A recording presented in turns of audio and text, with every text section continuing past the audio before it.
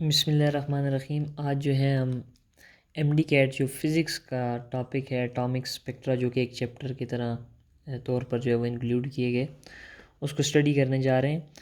तो ये जो हमारे पास एटॉमिक स्पेक्ट्रा है, इसके अंदर जो हमारे पास टॉपिक इंक्लूड किया गया है वो सिर्फ़ और सिर्फ स्पेक्ट्रम के रिलेटेड है। लेकिन चूँकि हमने इसके रिलेटेड जितने भी टॉपिक्स हैं, नील बोर को पढ़ना है, उसके मॉडल को पढ़ना है, इसके अलावा क्वांटाइज्ड रेडियस को पढ़ना है, एनर्जी को पढ़ना है, एनर्जी डिफरेंस को पढ़ना है, वेलोसिटी है, मोमेंटम है, और साथ ही साथ वेवलेंथ जो है तो उसको स्टडी करना है। तो वन बाय वन हम ईच एंड एवरी टॉपिक उसको डिटेल के अंदर स्टडी करने की कोशिश करेंगे।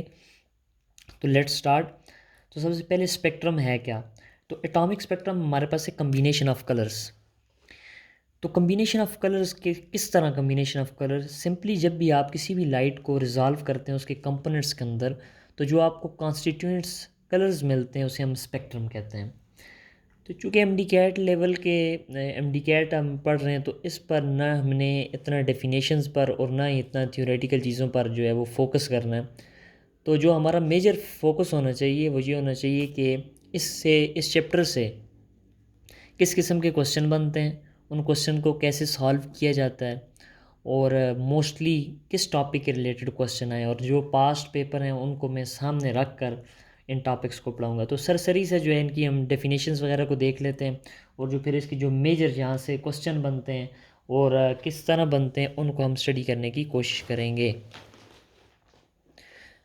तो सबसे पहले एटॉमिक स्पेक्ट्रम की टाइप्स कितनी होती हैं? तो इसकी दो बेसिक्स टाइप्स हैं। एक हमारे पास आ गई emission spectrum and the second one is the absorption spectrum. देखिए, एमिशन स्पेक्ट्रम उस वक्त बनती है जब लाइट एमिट करता है इलेक्ट्रॉन, उस वक्त जिस वक्त वो हायर से लोअर एनर्जी लेवल पर आता है। ये हमारे पास फॉर एग्जांपल ये हमारे पास है higher energy level, higher energy level, और ये हमारे पास दूसरा है लोअर एनर्जी लेवल।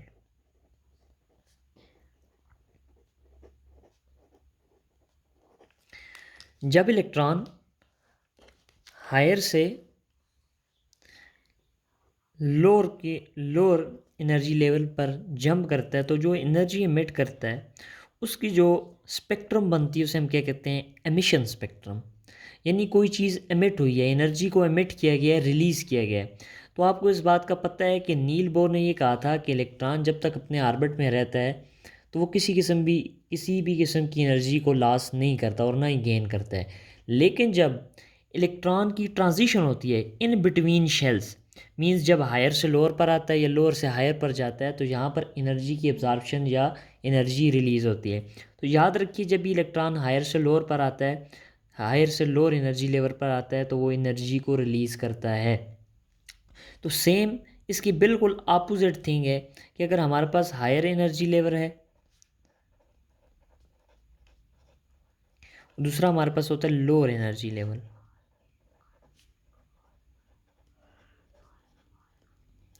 तो जब इलेक्ट्रॉन एनर्जी को एब्जॉर्ब करता है और जंप करता है लोअर एनर्जी लेवल से हायर एनर्जी लेवल पर, तो जो हमारे पास एनर्जी की एब्जॉर्प्शन होती है, तो उसमें से वो पार्टिकुलर वेवलेंथ जो उसने एब्जॉर्ब की होती है, तो वो आगे लाइट में से मिस होती है।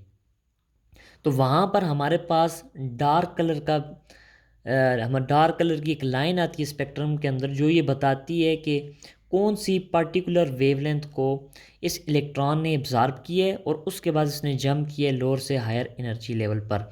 तो उससे जो हमारे पास स्पेक्ट्रम बनती है उसे हम कहते हैं लाइन एब्जॉर्प्शन स्पेक्ट्रम।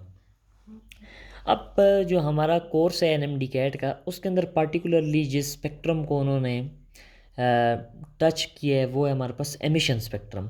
तो हम एमिशन स्पेक्ट्रम को थोड़ा सा इसकी टाइप्स भी पढ़ लेते हैं। तो सबसे पहले पता होना चाहिए एमिशन स्पेक्ट्रम बनता किससे। देखिए, हमारे पास एक एवैक्यूएटेड ट्यूब है जिसके अंदर वैक्यूम क्रिएट किया गया और इसके अंदर कोई भी लाइट गैस हो सकती है, उसे लोअर प्रेशर पर रखा गया। जब हम पोटेंशियल प्रोवाइड करते हैं तो ये गैस मालिक्यूल जब आयोनाइज होते हैं तो यहाँ से ये रेडिएशंस को एमिट करते हैं।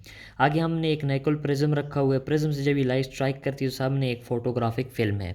तो फोटोग्राफिक फिल्म के ऊपर हर एक पार्टिकुलर फ्रिक्वेंसी या हर एक पार्टिकुलर वेवलेंथ अपना कलर शो कर रही है। तो अब ये डिपेंड करता है कि ये जो हमारे पास कलर बन रहे हैं फोटोग्राफिक फिल्म के ऊपर, ये डिपेंड करता है कि आपने गैस कौन सी यूज़ की हुई है।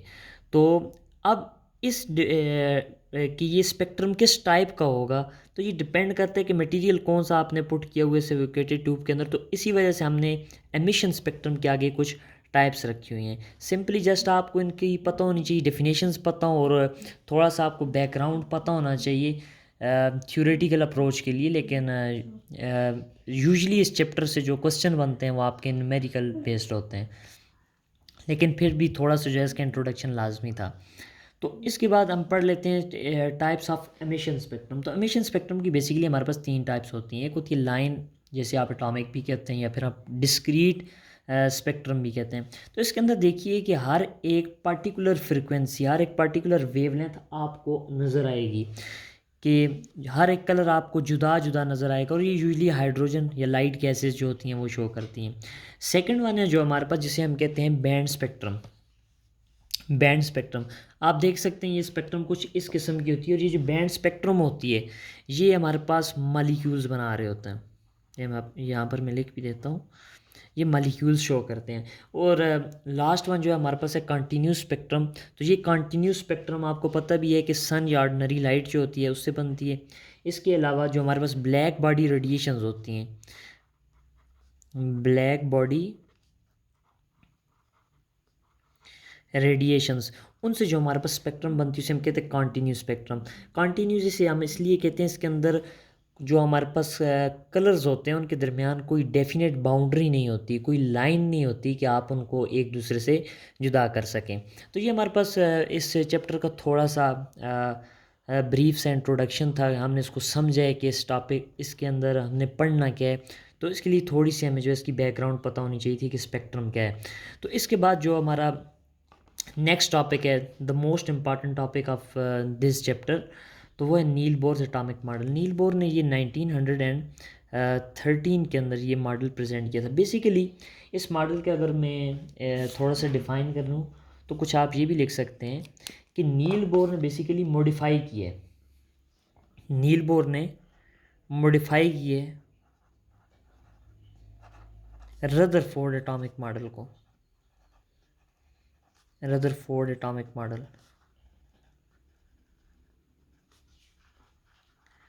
जो कि 1911 के अंदर उसने पेश किया था। रदरफोर्ड ये कह रहा था कि इलेक्ट्रॉन कॉन्टीन्यूसली अपनी एनर्जी को लूज़ करता है और एट लास्ट वो न्यूक्लियस के अंदर गिर जाता है। लेकिन नील बोर ने कहा नहीं, ऐसी बात बिल्कुल भी नहीं। इलेक्ट्रॉन जब तक अपने शेल के अंदर रहता है तो वो ना एनर्जी को लॉस करता है ना ही गेन करता है, लेकिन जब इलेक्ट्रॉन ट्रांजिशन करता है दो शेल्स के दरमियान तो तब वो एनर्जी को गेन भी करता है और एनर्जी को लॉस भी करता है। तो सेकंड वन जो इसका मोस्ट इंपॉर्टेंट जो पास्टुलेट था जो इसने पेश किया वो था बेसिकली डिस्क्रीट ऑर्बिट्स, जिन्हें हम क्या रहे, उसने ऑर्बिट्स या शेल का नाम दिया। तो डिस्क्रीट शेल्स और ऑर्बिट का उसने हमारे पास कॉन्सेप्ट दिया। सेकंड वन उसने थर्ड वन हमारे पास आ गई जी ट्रांजिशन। उसने कहा जब इलेक्ट्रॉन लोअर से हायर एनर्जी लेवल में जाता है तो वो एनर्जी को एब्जॉर्ब करता है, और वही इलेक्ट्रॉन जब हायर से लोअर में आता है तो वो एनर्जी को रिलीज़ करता है या फिर एवॉल्व करता है। और फिर उसके साथ साथ उसने हमें एंगुलर मोमेंटम का कॉन्सेप्ट दिया। ये वो बेसिक बेसिक सी चीज़ें जो मैं आपको बता रहा हूँ जो आपने 9th में भी पढ़ी हैं। तो एंगुलर मोमेंटम, नील बोर ने जो हमें एंगुलर मोमेंटम के बारे में बताया वो क्या था जी, आपने इसे पढ़ा भी है कि L is equal to NH/2π। अब यहाँ पर आप n की value means shell, shell number जो है हमारे पास, शेल नंबर आप उसकी वैल्यू पुट कर सकते हैं जो कि 1 है, 2 है, अप टू सो ऑन। तो आप किसी भी शेल के अंदर मौजूद जो हमारे पास इलेक्ट्रॉन उसका आप एंगुलर मोमेंटम फाइंड कर सकते हैं। लेकिन यहाँ पर एक छोटा सा MCQ मुझे याद आ गया, चलें आपके साथ शेयर कर देता हूँ कि ये जो हमारे पास एंगुलर मोमेंटम का कॉन्सेप्ट है जो कि नील बोर ने दिया था, इसको एक्सप्लेन किसने किया? तो ये याद रखिएगा, this concept is basically explained bye de Broglie. आपने नेक्स्ट इंशाल्लाह जो अब हम वीडियो बनाएंगे डॉन ऑफ मॉडर्न फिज़िक्स, तो उसके अंदर हम इसको डिटेल के अंदर स्टडी करेंगे। तो हमें ये पता होना चाहिए कि L is equal to N H over 2 pi. इसको एक्सप्लेन बाद में किसने किया था? डी ब्रॉगली ने किया था। अब यहीं से एक हमारे पास नेक्स्ट कॉन्सेप्ट जो मेरे साथ जो टॉपिक रिलेट होंगे उनको साथ ही साथ रिलेट इसलिए करूँगा ताकि जब हम नेक्स्ट टॉपिक पर पहुँचे तो आपको उसका कुछ ना कुछ आइडिया पहले से हो और आप उसको ईजिली जो है वो अंडरस्टैंड कर सकें। वो है फोटॉन।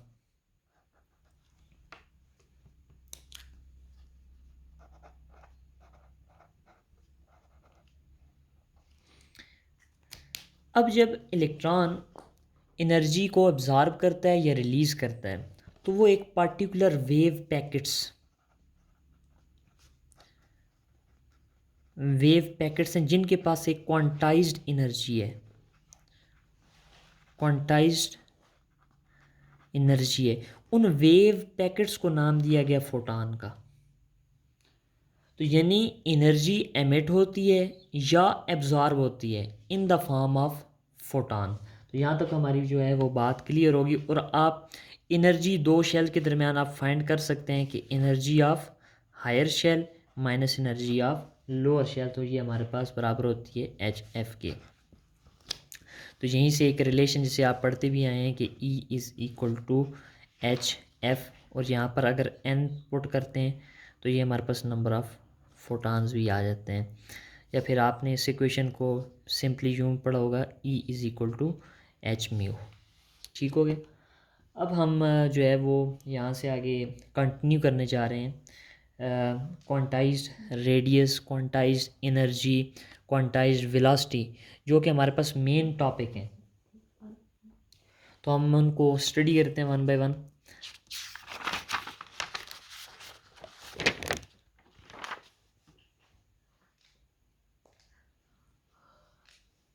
तो सबसे पहले जो हमारा टॉपिक है वो है क्वांटाइज्ड रेडियस। तो मैंने आपको पहले कहा था कि इस चैप्टर में जो हमारे पास मोस्टली क्वेश्चन बनते हैं वो न्यूमेरिकल अप्रोच रखते हैं। तो इन क्वेश्चंस पर जो है हमारी ग्रिप जो है वो बिल्कुल प्रॉपर होनी चाहिए। और सिंपल सिंपल क्वेश्चन होते हैं, इतना इनका कोई डिफ़िकल्ट लेवल नहीं होता, लेकिन ग्रिप होनी चाहिए ताकि किसी किस्म का क्वेश्चन आप उसे ईज़िली कर सकें। तो अभी जो हमारा टॉपिक है वो है क्वांटाइज्ड रेडियस। देखें क्वांटाइज्ड रेडियस के न्यूक्लियस और शेल के दरमियान कितना डिस्टेंस है। तो देखिए हर एक एटम के अंदर जो शेल्स हैं उनके दरमियान भी कोई डिस्टेंस है, उस शेल का न्यूक्लियस से भी कोई डिस्टेंस है। तो उसको फाइंड करने के लिए जो हमने कैलकुलेशंस की होती हैं, तो मैं यहाँ पर डायरेक्ट फार्मूला लिखता हूँ, डेरिवेशन की ज़रूरत नहीं होती। तो आप रेडियस जो फाइंड कैलकुलेट करके लिख रहे होते हैं वो लिखते हैं आप आर nth ऑर्बिट कोई भी हो सकता है equal to n square h square epsilon not over z e square pi m। Equation A का नाम है। देखिए जब हम इस इक्वेशन को थोड़ा सा सिंपल करते हैं तो कुछ इक्वेशन ये फॉर्म इख्तियार करती है। यहाँ से n जो कि नंबर ऑफ़ शेल, इसको अलग कर लीजिए, और यहाँ से जो डिनोमिनेटर के अंदर z है जिसे हम कहते हैं एटॉमिक नंबर, आप उसे अलग कर लीजिए। तो बाकी आपके पास बचता है h square epsilon not over e square pi m।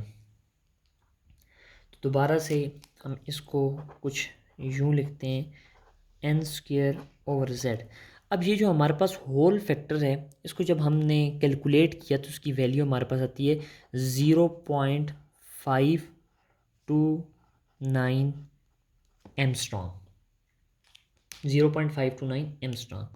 तो ये जो हमारे पास इक्वेशन है इसको हम यूज़ करते हैं किसी भी ऑर्बिट का रेडियस फाइंड करने के लिए। लेकिन जो बहुत ही इम्पॉर्टेंट चीज़ वो आप इग्नोर करते हैं अक्सर बच्चे, और यहीं पर मिस्टेक भी हो जाती है, वो है जेड। बच्चों ने ये याद किए हुए एन स्क्वायर जो भी होगा शेल का पूछा जाता है कि भाई इस शेल का बताएं, उसकी वैल्यू पुट करते हैं, मल्टीप्लाई 0.529 एम स्ट्रॉन्ग करते हैं और आंसर निकाल लेते हैं। लेकिन याद रखिए वो सिर्फ होता है हाइड्रोजन के लिए, क्योंकि हाइड्रोजन का एटॉमिक नंबर है 1, तो जब आप 1 को पुट करते हैं तो उससे कोई फ़र्क नहीं पड़ता। लेकिन हाइड्रोजन के अलावा अगर किसी भी एटम किसी भी एलिमेंट के एटम का आपको रेडियस फाइंड करना है, तो आपने ये बात याद रखनी है कि आपने यहाँ पर उस z की वैल्यू पुट करनी है। ये नहीं कि आपने उसको इग्नोर कर देना है। अगर आप उसको इग्नोर करते हैं, जस्ट यहाँ पर एन स्क्वेयर की वैल्यू पुट की मल्टीप्लाई बाय 0.529 एमस्ट्रॉन्ग, तो आपका आंसर रॉन्ग हो जाएगा। तो हम हाइड्रोजन को एज ए एग्जाम्पल कंसीडर करके यहाँ पर कुछ ऑर्बिट्स की वैल्यू फाइंड कर लेते हैं और फिर लास्ट में हम जो है वो कंपैरिजन करेंगे। देखिए R1 हमारे पास आ गया 0.529 एमस्ट्रॉन्ग, R2 यानी n का स्क्वायर 2 का स्क्वायर मल्टीप्लाई बाय 0.529 एमस्ट्रॉन्ग, जिसे आप ये भी लिख सकते हैं कि 4 इंटू R1। सिंपल जी, 2 का स्क्वायर 4 आ गया और 0.529 ये तो R1 की वैल्यू है, तो 4 इंटू R1। अच्छा, इसी तरह आप R3 को लिख सकते हैं 3 का स्क्वायर मल्टीप्लाई बाय 0.529 एमस्ट्रॉन्ग, या आप इसे लिख सकते हैं 9R1। फिर आप लिख सकते हैं R4 4 का square multiply by 0.529 Armstrong into 16R1।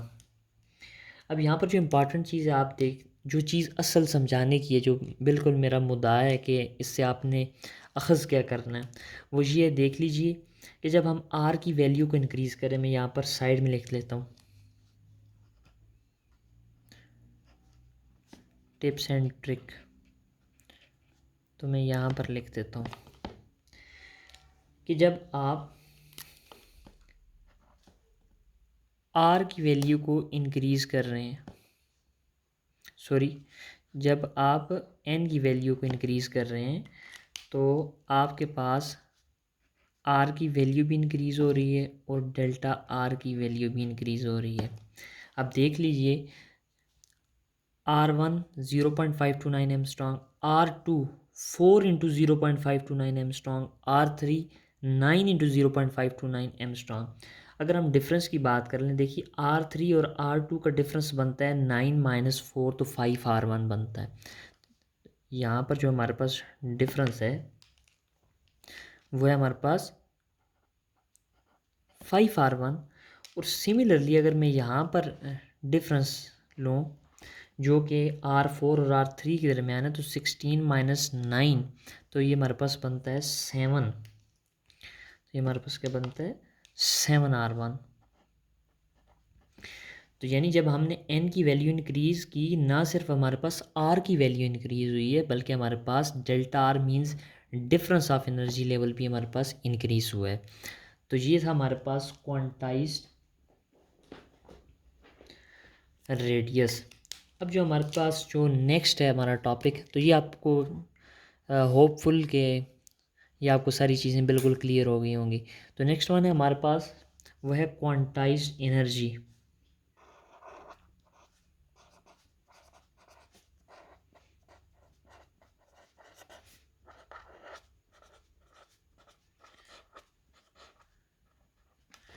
Quantized energy, अब इसमें से कुछ मैं आपको डायरेक्ट शॉर्टकट भी बताता हूँ कि कुछ क्वेश्चन जो पास्ट पेपर्स के अंदर आए हैं और मैं ये समझता हूँ कि वो आपको आने चाहिए। देखिए ऑर्बिट के अंदर, किसी भी ऑर्बिट के अंदर दो किस्म की एनर्जी होती है। किसी भी ऑर्बिट के अंदर दो किस्म की एनर्जी होती है। First one kinetic energy and second one potential energy. तो इनकी जो सम होती है उसे हम कहते हैं टोटल एनर्जी। अब उसे लिखते हैं एनर्जी टोटल। काइनेटिक एनर्जी का फार्मूला मैं यहाँ पर लिख देता हूँ, डायरेक्ट आपने उसे याद रख लेना है, कोई मसले वाली बात नहीं, छोटे छोटे फार्मूलाज हैं। देखें पोटेंशियल एनर्जी को आप लिखते हैं minus K E square divided by are और ये एन से मैं 1 का नाम देता हूँ।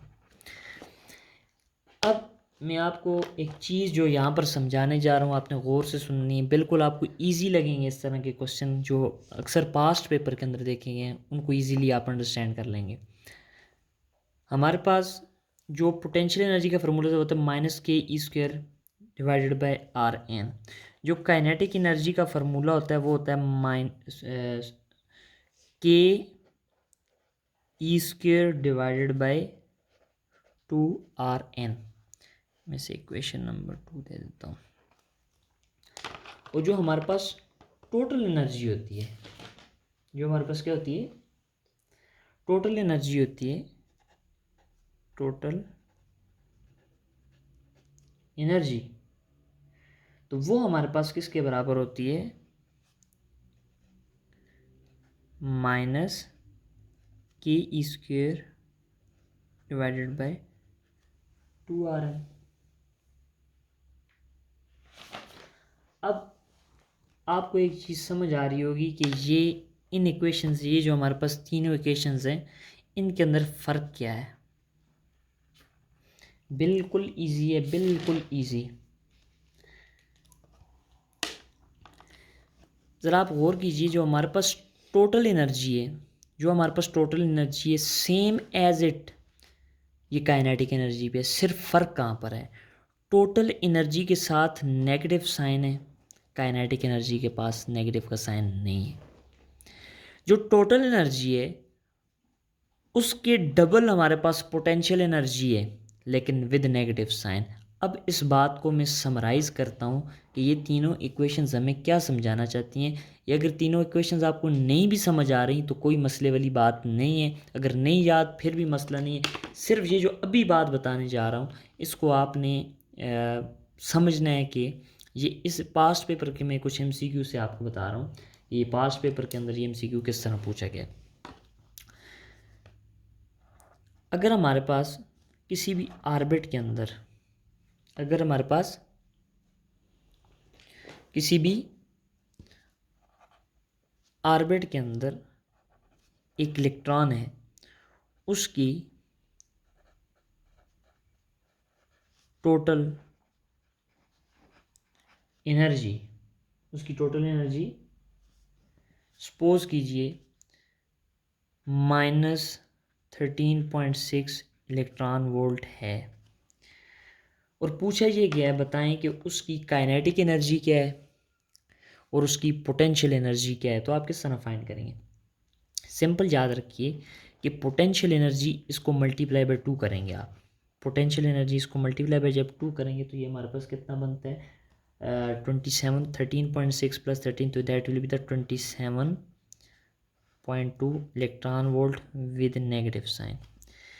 Kinetic energy same as it is यही होगी विद पॉजिटिव साइन। तो काइनेटिक एनर्जी हमारे पास क्या होगी, 13.6 इलेक्ट्रॉन वोल्ट।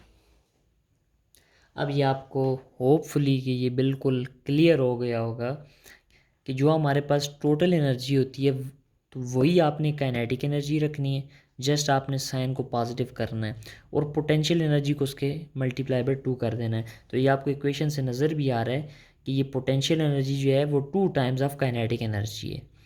तो ये रिलेशंस आप याद कर लें, बाज़ औक़ात इस रिलेशन में से पूछ लेते हैं कि इनका आपस में रिलेशन क्या बनता है, तो उसका भी आपको पता होना चाहिए। अब हम किसी भी पर्टिकुलर ऑर्बिट के अंदर एनर्जी क्या होती है, किस तरह फाइंड करते हैं, उसको हम अब स्टडी करते हैं।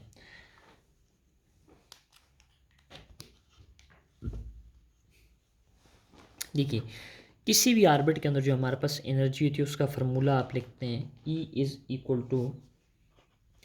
Z² E4m ओवर 8ε0 का square n² h²।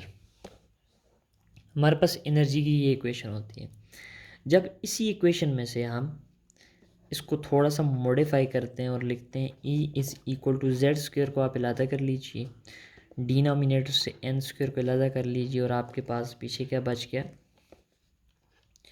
E4m over 8 epsilon not का स्क्वायर इंटू एच स्क्वायर। ठीक हो गया। यहाँ पर आप नेगेटिव साइन भी लगाएंगे। अच्छा, ये मैं भूल गया था, लेकिन ये बहुत इंपॉर्टेंट है इसका कॉन्सेप्ट नेगेटिव साइन का। तो जब इस इक्वेशन को हम इस तरह लिख लेते हैं तो ये जितने भी हमारे पास फैक्टर्स हैं कांस्टेंट हैं, इनकी वैल्यूज पुट करते हैं तो वो हमारे पास आती हैं 13.6 इलेक्ट्रॉन वोल्ट। तो एनर्जी को आप लिखते हैं E is equal to minus Z square over N square multiply by 13.6 electron volt. एक चीज़ आप अगर आपने गौर की है तो मैं जितने भी आपके सामने रिलेशंस लिख रहा हूँ, जितने भी रिलेशंस आपके सामने लिख रहा हूँ, उनके अंदर मैंने जो सबसे ज़्यादा स्ट्रेस दी है वो है Z की वैल्यू। अब जब हाइड्रोजन के लिए Z की वैल्यू हम 1 पुट करते हैं तो सिंपली आप इसे कुछ यूँ लिख रहे होते हैं कि E is equal to minus 13.6 electron volt over N का स्क्वायर। लेकिन अगर कोई भी एलिमेंट दिया जाता है और कहा जाता है कि उसके किसी भी शेल के अंदर आप एनर्जी को फाइंड करते हैं तो आपने इसकी Z की वैल्यू को किसी भी सूरत इग्नोर नहीं करना। तो ये आपको विद जितने भी हमारे पास रेडियस है, वेलोसिटी है, एनर्जी है, ये जो भी जितने भी रिलेशंस होते हैं ये आपको विद Z रिलेशन के एटॉमिक नंबर का इसके साथ क्या रिलेशन ये आपको पता होनी चाहिए। अब यहाँ पर कॉन्सेप्ट क्या है, सिंपल सा कॉन्सेप्ट में आपके सामने अक्सर बच्चे क्वेश्चन भी कर रहे होते हैं कि ये कैसे है। एनर्जी और नंबर ऑफ शेल्स ये आपस में इन्वर्सली रिलेटेड है। आप n की वैल्यू को जब इंक्रीज़ करते हैं तो E की वैल्यू डिक्रीज़ होनी चाहिए, लेकिन ऐसा तो नहीं होता। हम कहते हैं जो जो आप n की वैल्यू इंक्रीज़ करते हैं एनर्जी इंक्रीज़ होती है। उसकी वजह क्या है? ये नेगेटिव साइन। जब ये नेगेटिव साइन है इसका मतलब है ये n इसके साथ डायरेक्टली रिलेटेड है। जब आप n की वैल्यू को इंक्रीज़ करते हैं तो आपके पास एनर्जी की वैल्यू b इंक्रीज़ होती है। तो यानी E is directly proportional to n। ये मैं यहाँ पर सेपरेट करके लिख देता हूँ, E is directly proportional to n। जब आप n की वैल्यू को इंक्रीज़ करते हैं तो आपके पास एनर्जी की वैल्यू भी इंक्रीज़ होती है। क्यों? ये नेगेटिव साइन, ये नेगेटिव साइन की वजह से। जब भी याद रखिएगा किसी भी इक्वेशन के अंदर नेगेटिव साइन हो और वो आपस में इन्वर्सली रिलेटेड हो तो बेसिकली वो आपस में डायरेक्टली रिलेटेड होती हैं। तो ये नेगेटिव साइन हमें बता रहा है कि E is directly proportional to n। जब आप n की वैल्यू को इंक्रीज़ करते हैं तो E की वैल्यू भी आपके पास बढ़ती है। अब यहाँ पर मैं आपको एक सजेशन दूंगा कि आप कुछ वैल्यूज़ ऐसी हैं उनको याद कर लीजिए। फॉर एग्जांपल हमारे में यहाँ पर एनर्जी लेवल्स की कुछ वैल्यू लिख देता हूँ। एनर्जी लेवल्स है हमारे पास,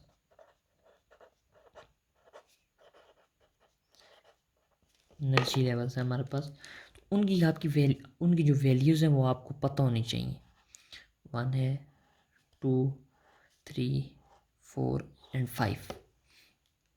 कम से कम, अगर ज़्यादा नहीं तो आपको जो पहले 5 एनर्जी लेवल्स हैं, जो ऑर्बिट्स हैं, इनकी एनर्जी का पता होना चाहिए। ये आपको बहुत सारे न्यूमेरिकल सॉल्व करने के अंदर आसानी होगी।